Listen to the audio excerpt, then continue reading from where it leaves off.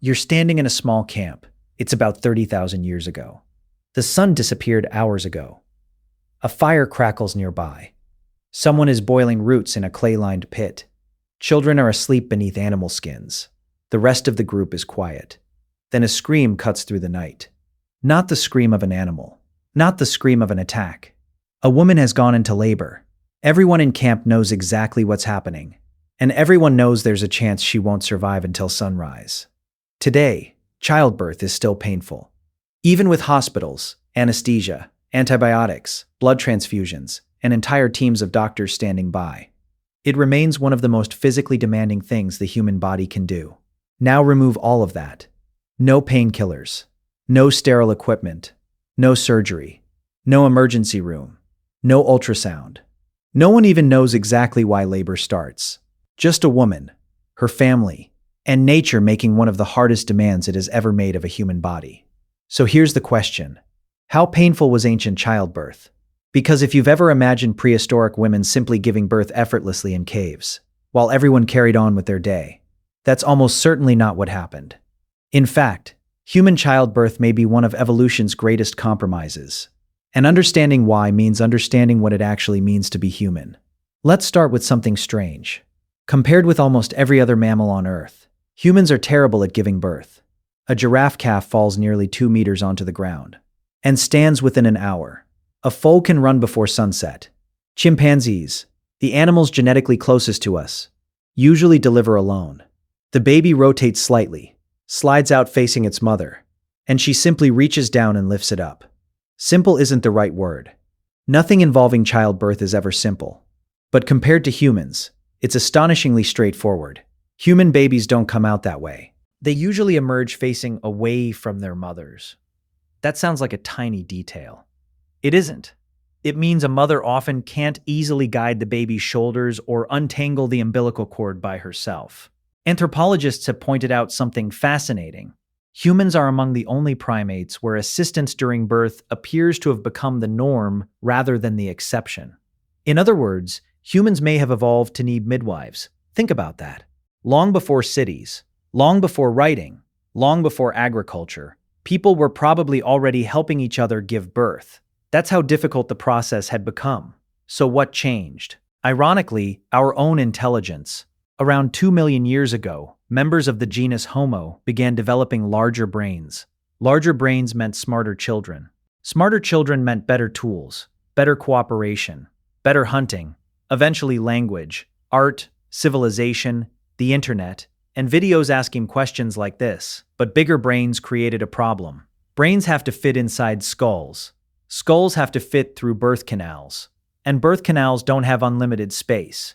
Evolution suddenly found itself trying to squeeze something the size of a watermelon through an opening that really wished it were dealing with a grapefruit. Not ideal. But that wasn't the only problem. Humans also evolved to walk upright. Standing on 2 legs reshaped the pelvis. A pelvis designed for efficient walking isn't necessarily a pelvis designed for easy childbirth. So evolution did what evolution always does. It compromised. Not perfect, just good enough that enough mothers and babies survived. Scientists sometimes call this the obstetric dilemma. The idea has become more nuanced over the years, but the central tension remains remarkably important. Walking efficiently and giving birth efficiently don't always want the same body. Humans ended up balancing both, which means we excelled at neither. Instead, we became the species that hikes mountains, invents rockets, writes symphonies, and occasionally spends 20 hours trying to deliver a 9-pound infant. History is funny like that. Now here's something people rarely realize. Ancient babies were actually born earlier than they ideally might have been. Not earlier on the calendar. Earlier in development. Human newborns are unusually helpless. A newborn deer looks almost functional. A newborn chimp clings immediately. A human newborn? Its head wobbles like it's being controlled by someone learning a video game for the first time. There's a reason.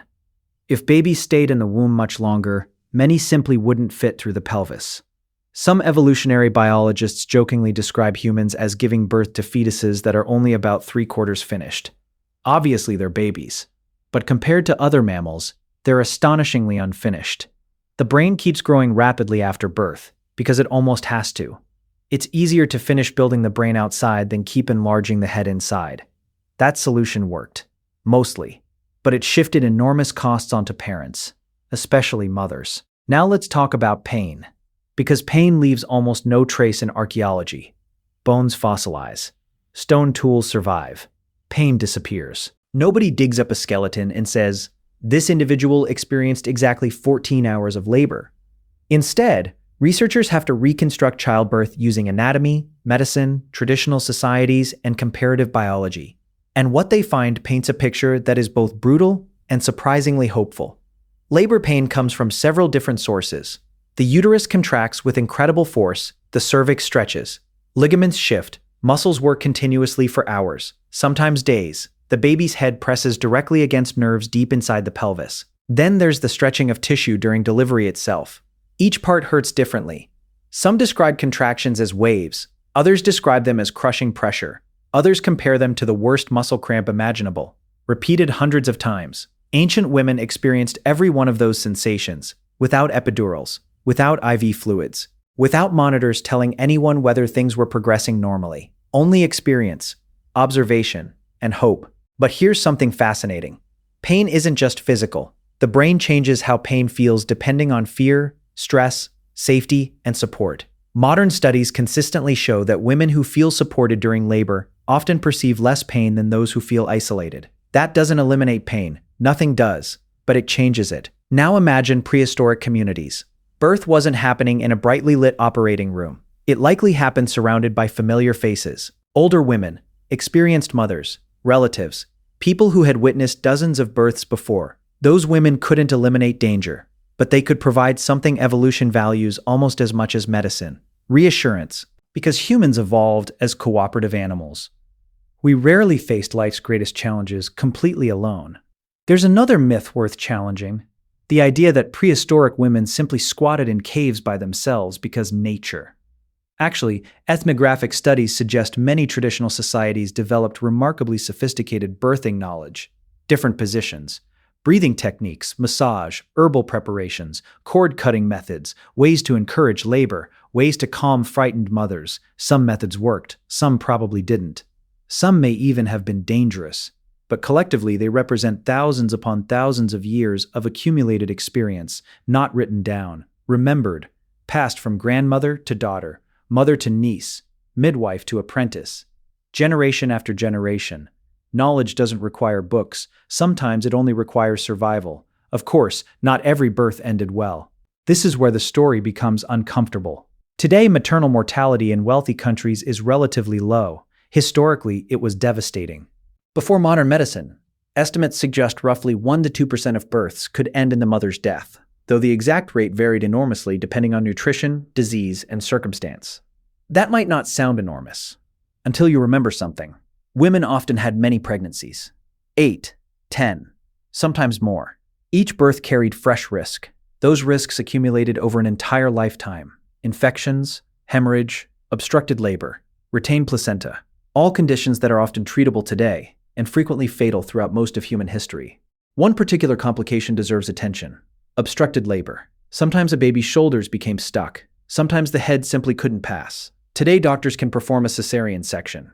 Ancient people couldn't. When labor stopped progressing, everyone knew something terrible might be happening. It's difficult to imagine the emotional weight inside those moments. Hours becoming a day, then another. Everyone waiting. Everyone hoping, knowing there was very little left to try. Yet despite all this, humanity survived. Not barely. Spectacularly. Which raises another question. If childbirth was so dangerous, why didn't evolution fix it? Because evolution doesn't care about comfort. It cares about reproduction. If enough mothers and babies survived to produce the next generation, natural selection considered the system acceptable. Cruel? From our perspective, absolutely. From evolution's perspective, success is measured only by descendants, not suffering. Now here's a surprising twist. Ancient childbirth wasn't universally harder than modern childbirth. That sounds impossible, but stay with me. Modern lifestyles changed human bodies. Many people spend years sitting. Pelvic muscles can weaken. Average birth weights have increased in some populations due to improved nutrition. Obesity raises certain complications. On the other hand, modern medicine prevents countless deaths. So comparing then and now isn't simple. Ancient women often had stronger muscles from physically active lives. But they also faced chronic malnutrition. Modern mothers have hospitals. Ancient mothers often had experienced communities. Each world had different advantages, different dangers. Neither was painless. Another fascinating clue comes from skeletons. Some female pelvises show tiny scars where ligaments repeatedly pulled against bone during pregnancy. Others reveal healed fractures. Some indicate multiple successful births across decades. These bones tell silent stories, not dramatic stories, persistent ones. Lives measured not in battles, but in endurance.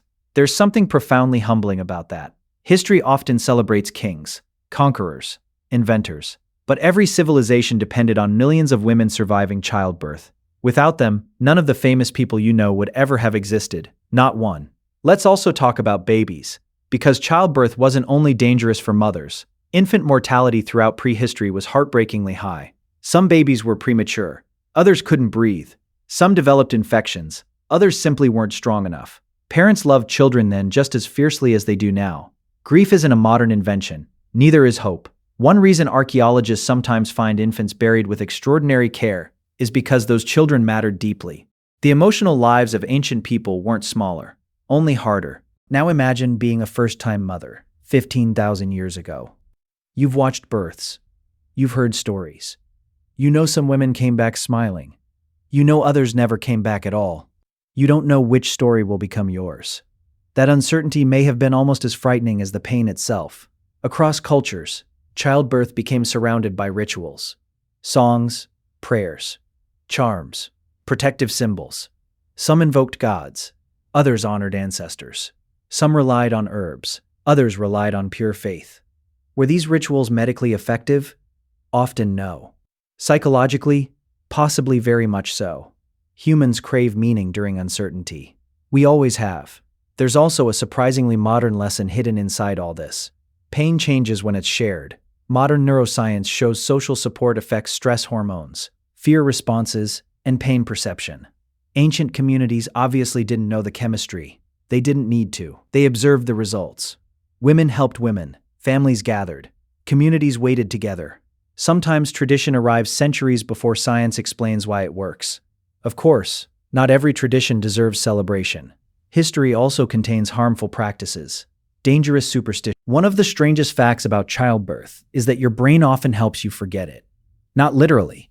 Most mothers remember labor, but many struggle to recall the exact intensity months or years later.